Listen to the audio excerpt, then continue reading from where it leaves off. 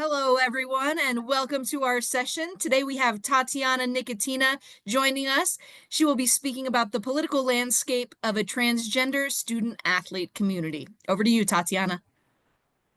Hello, everyone. So the first thing that I want to say is that I'm PhD student in educational policy. So I'm looking at athletics as a big part of education. So it means that I will be talking about a couple different section, which is religion.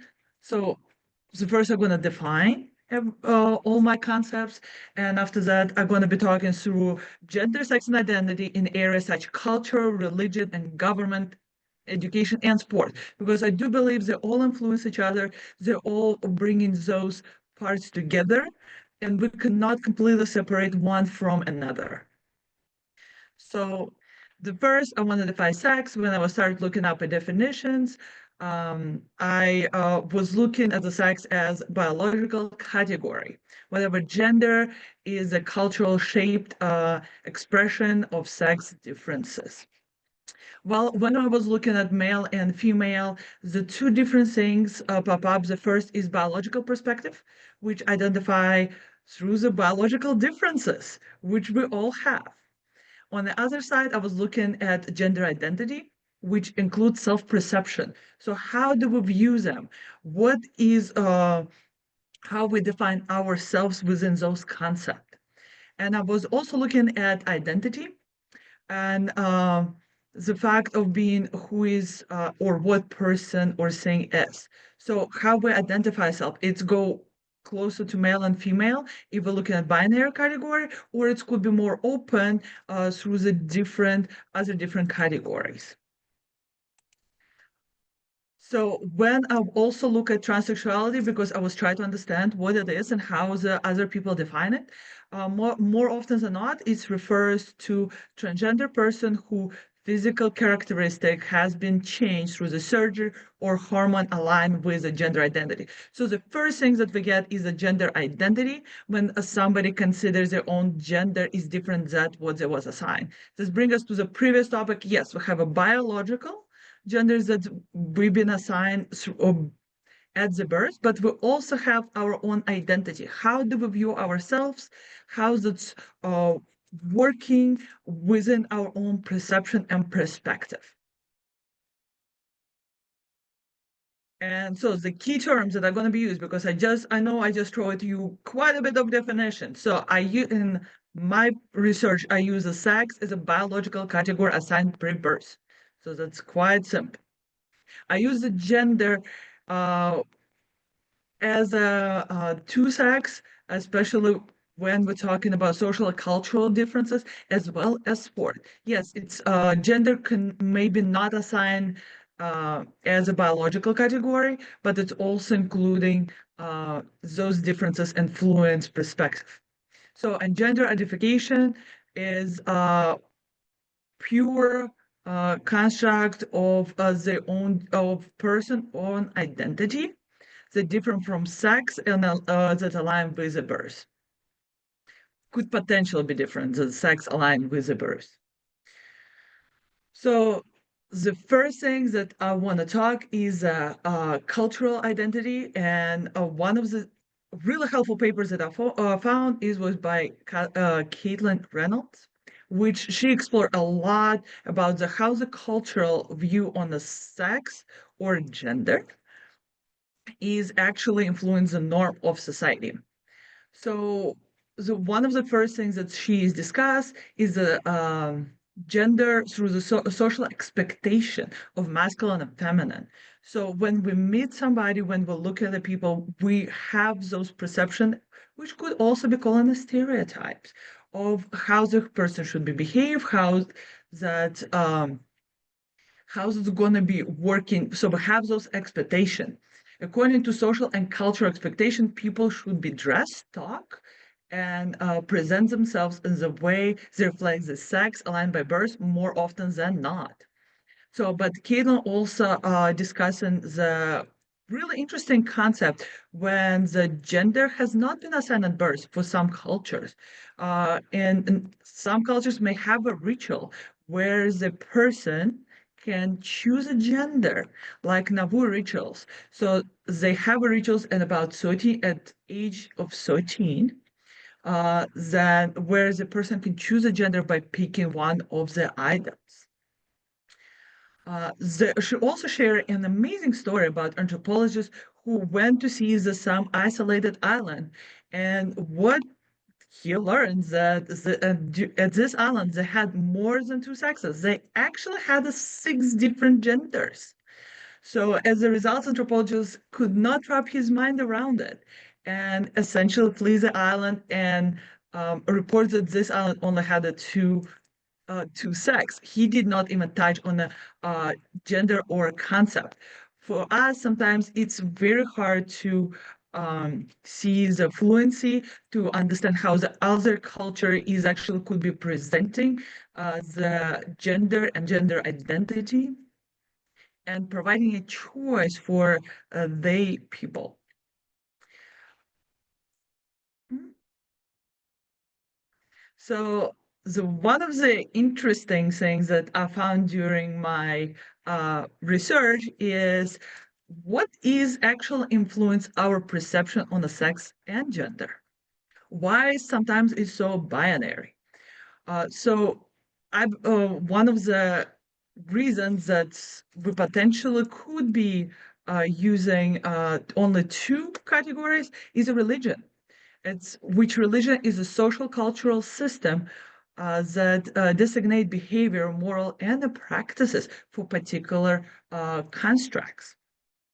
So if we're looking at the system of the morals, worldview text, significant places, and ethics, we're gonna see that a lot of religions using a book uh, or some holy text to dictate their morals and to dictate to show the morals and how the morals and concepts. When we're looking at those books, most of those books will have only two genders and they will have no fluency between them. So we have to look at how many people is actually following those and maybe taking those as the main approach. So we have 6.4 billion of people uh, who is follow religion in the world. One of the main religions is Christianity, Islam, Hinduism, Buddhism. We have some other religions as well. So those religions will definitely influence the gender and provide the constituents with some framework, how to work with people, how to identify them, and where they're going to be followed in. So, but we also know that those beliefs could be very negatively influence people to think about fluency.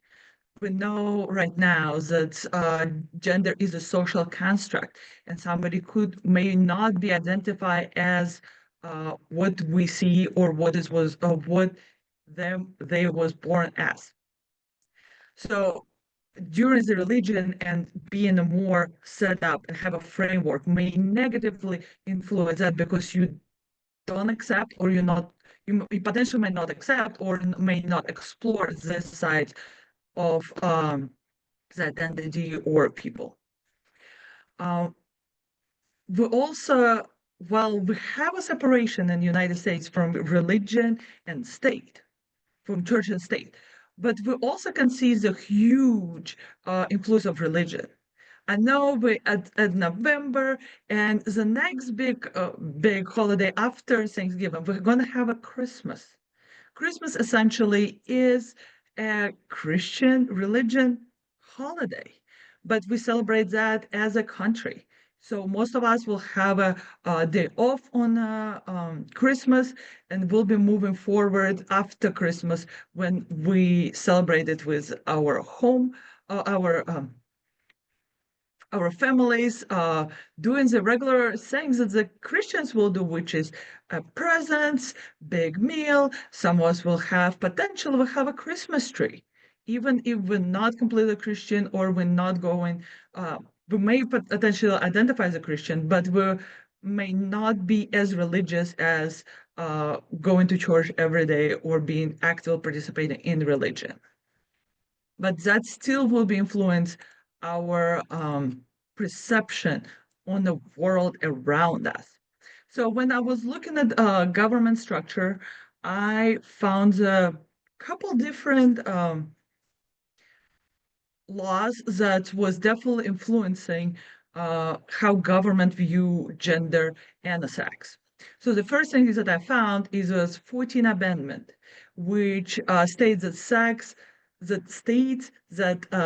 sex classification must serve the important government purpose and must be substantial, concentrate to attending government objectives, which I found that's quite interesting, especially when I started looking into that. And I found some very cool thing which call is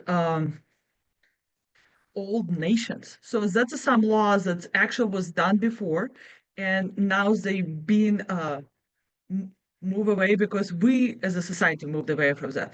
Like for example, I found that child support, when the people divorced, child support for father was much longer for a son. Uh, because they saw son as a breadwinner. They saw the son as a man of the family. So the child support for son was a little bit longer, while they looked at the female or woman as a wife, as a housekeeper, and they was thinking that she would be taken care of by her man, by the husband, or by the family. So it was very interesting to see that shift, how the perspective on the male and female as a sex, because at that point it was very, very binary. On the other side, I was also looking at Title IX, which talk about discrimination and prohibits discrimination in education programs receive federal assistance on the basis of sex. So here in the law, we have a sex, which is very binary. We're talking about gender, sex assigned by birth. I also found another definition in the Civil Rights of 1964, which defines sex as biological category for birth, which is very much aligned with Title IX. But if we're looking at some case studies, in some cases through the court, we're looking at the Price and Hopkins, which provide discrimination on the base of sex and stereotypes. So one of the things in this case, which was fascinating for me, um, that the first discrimination was made on order to protect against stereotyping. So in this case, plaintiff was discriminated against the biases of failure to confirm to stereotype associated to person to sex. So there was not behaving as there was expected by social norms, which even looking back, the social norms was created by religion and society. So there was not confirming. So and there was stereotypes to like to behave in a certain way. When we're looking at the next case, which is Dodds versus United States Department of Education, when transgender girl was declined to access to the restroom. And we know that's been one of the hot topics, and it's definitely been discussed in the last couple of years.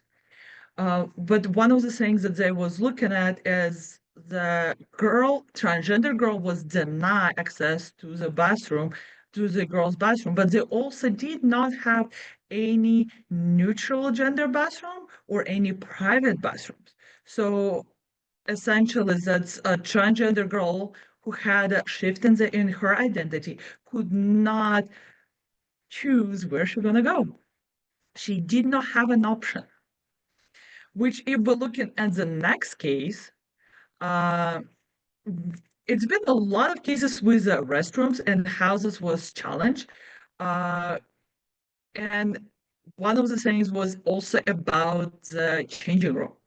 And the transgender male student was change was challenged to use a girls changing room, and that case actually was brought by uh, not transgender student who was uncomfortable to change with in the same room with a transgender boy.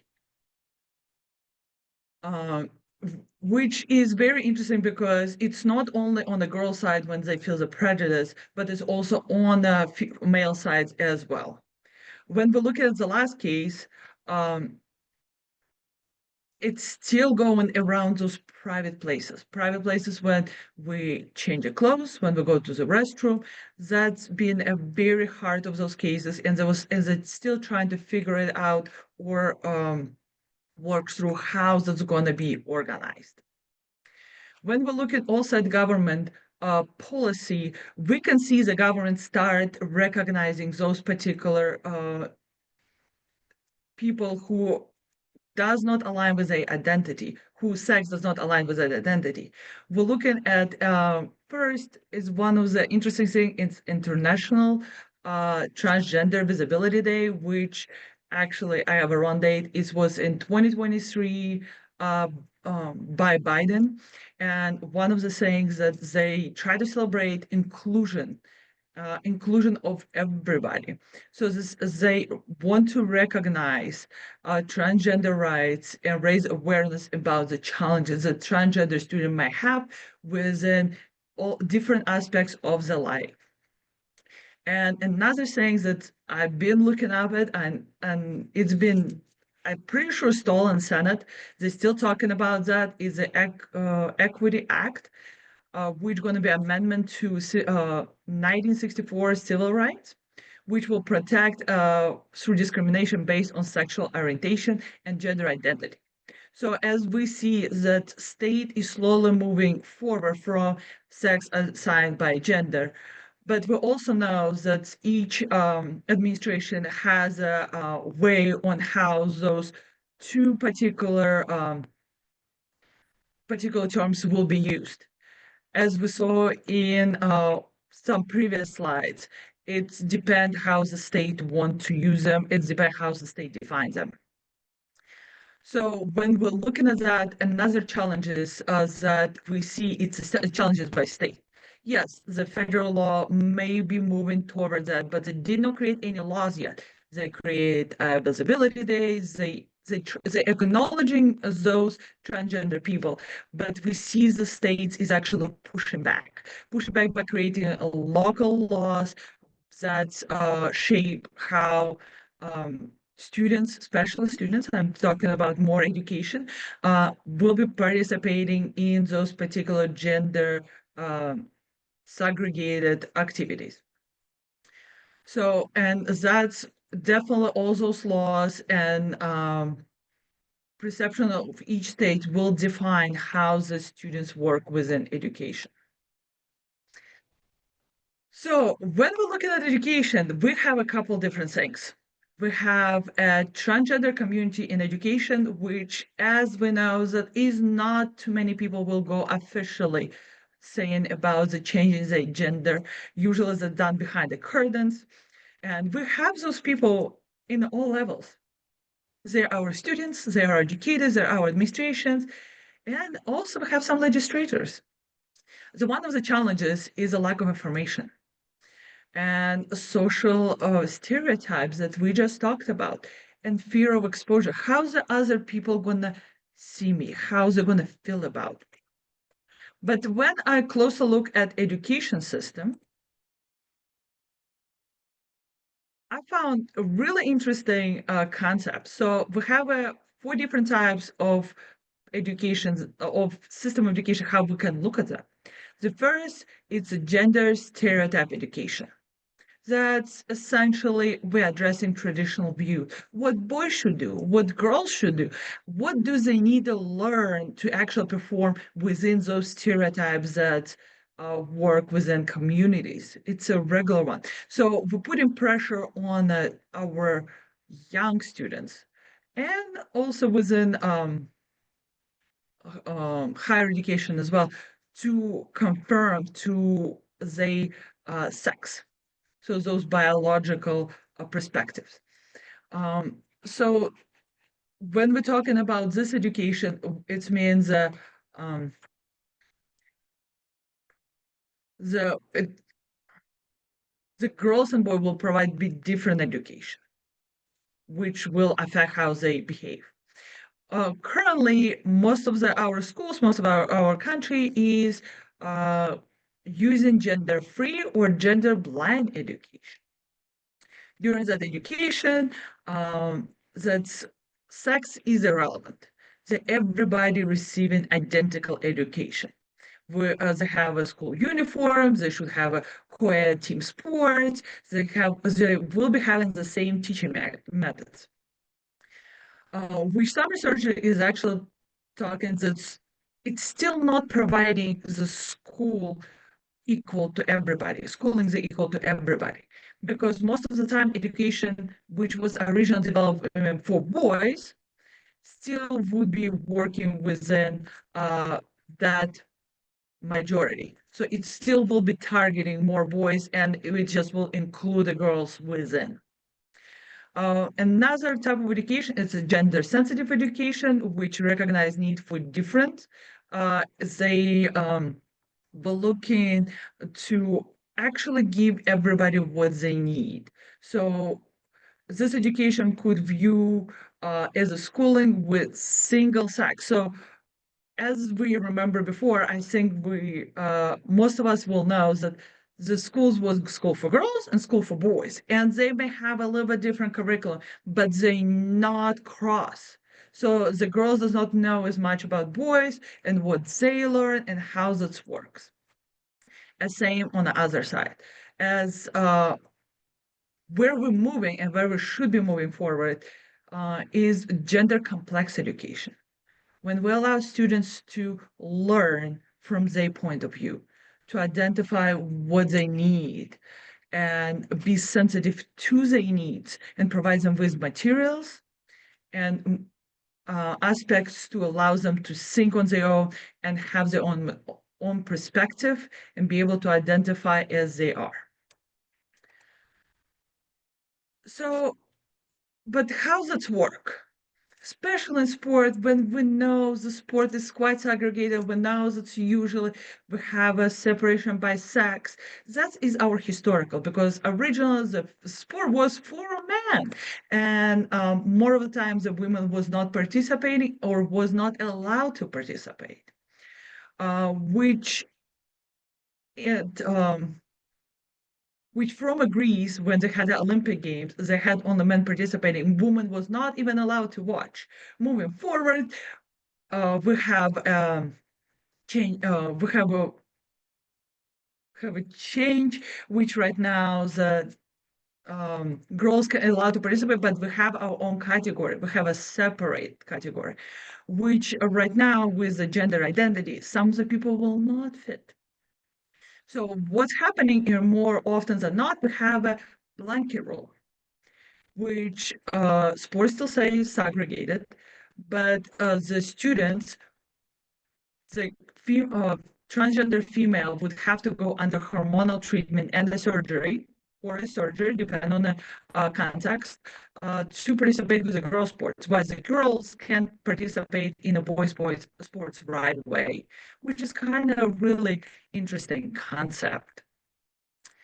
When we're looking at the sport, we also see our main organization like International Olympic Committee, who define a framework and they try not to discriminate. So they hope to promote safe and welcome environment for all student athletes, despite their gender identity.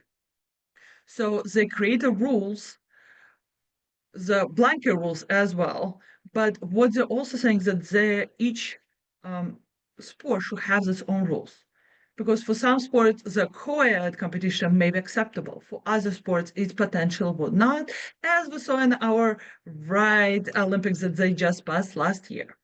While we also see we have big organization oversight government, sport government, which I call International Olympic Committee, we also see NCAA who adopting framework, who are looking to include those students and potentially give them opportunity to perform, which transgender students would be allowed to be a part of athletics, would be allowed to be a part of that community, which bring a lot of benefits, such as such as making friends, be a part of big social group, which is could be incredibly important for that very, very isolated group of students.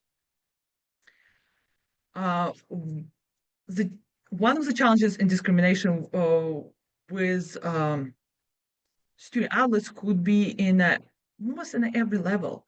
We know that high school level, we see those testimonies when the transgender students face discrimination and limited access. So they feel that the sex does not fit, and they have a different gender. But how do they get to participation? We should, while we should allow them to get the participation, they have no access to that because they're limited to the sex which they don't identify with. And more often than not, they don't get that opportunity to participate, which actually brings me to my last point. What can we do? What should we do? I know some sports start establishing co-ed or ultimate competition, which essentially is gender blind, which fits with our education system, which is also gender blind. So what's happening there? We, instead of putting transgender, like one of the controversy when we're putting transgender student into the competition with the sex that they don't belong to, we give our transgender students opportunity to choose, but our students who belong to that category may not have as much opportunities. And that's where we see pushback, and that's where we see students is actually complaining, students and parents. One of the things that it seemed to be quite reasonable is actually establish ultimate competition when the students, all students can enroll. If we still have a gender separate competition, but have a competition when the girl allowed to compete with boys. And as we know, some of our participants could be quite excited about that, to participate with especially girls with boys and see how far they came, how much they do. But also, in this, if we're looking at the law and regulations, especially for schools, not higher education for schools, we can see in the small towns, the girls is actually allowed to participate with the boys if the school does not have a particular team. I think we all know about Caitlin Clark, and she talked a lot that she played with boys early on. And also, by creating those quiet teams and spaces where the students allowed to participate, we will create a better community, a better understanding within our students. And that is it.